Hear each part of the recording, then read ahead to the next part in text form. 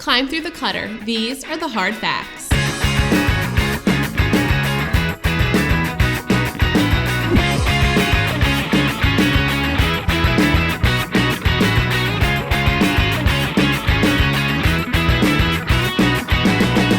My name is Samantha Cunningham, and this week on Hard Facts, I want to talk to you about Google Plus and Google Plus Local. So first things first, we need to go ahead and set up a page. So go to Google, it'll easily show you the step-by-step process. But what we'll need to do is verify that we're actually part of our company. So how do we do that? There's two options. One, you can opt to be sent a postcard in the mail, and then you'll get a pin on that you'll enter online. The second option is to opt for a phone call, but make sure you utilize a direct line. What's going to happen is you type that in, automate the call. As soon as it's answered, it's voice activated and that pin is given to you. So there's not many opportunities to say, please hold, let me transfer you to whomever is working on that project. So now we've verified our page, it's up and running.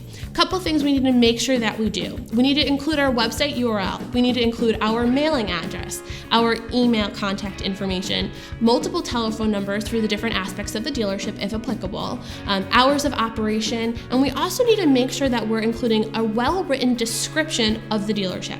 A couple other things to make it robust is you want to make sure that you include keywords that are relatable to your business. For example, automotive dealership, automotive service center, car dealer. You also want to make sure that you include photos, and there's the opportunity to include coupons on the website so that can promote our parts and service department. In addition to that, I do recommend that you opt in for the additional funds of the 360 view. What that is that's a great opportunity to have a authorized vendor, so there's usually a photographer or videographer in your area that's approved by Google. They come to your dealership and they do a 360 view. So it's a great way to show your customers the great facility that you have at your dealership before they ever walk through the door. So let's make sure that we also integrate our Google Places page with our Google Plus account. This is going to allow us to do a few things. It's going to allow us to create posts that our customers can read. It's also going to allow us to respond to reviews. Now that's huge right there in itself, because that is going to be part of our goal in having these pages, is engaging customers and having them review our dealerships. In addition, we can also set a cover photo, but the benefit is what Google's working on right now in regards to these two pages. Currently, you've got to go to two places and you've got to log in to access each of these. What Google's working on now is an access point for both of them. So we'll only have to log in and it'll reduce the number of places that we have to go. This may have already happened for some of you, while others it will be a rollout in the future, because Google does things very slowly. So as time progresses, you'll see this hitting your pages.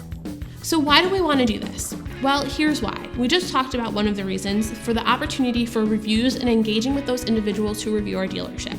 And there's two more reasons. One, I'll use a brief example for. Ever Google your dealership or another business, and as a search result, you saw something that looked like this? Well, that's because that company claimed their Google Places page. Our second opportunity lies on Google Maps. Ever use Google Maps to locate a business? Have you seen their numbers of star ratings, 5-star, 3 stars, 2-star ratings? How about their hours or any additional details? All of that information that's imported to Google Maps is coming from their Google Places page.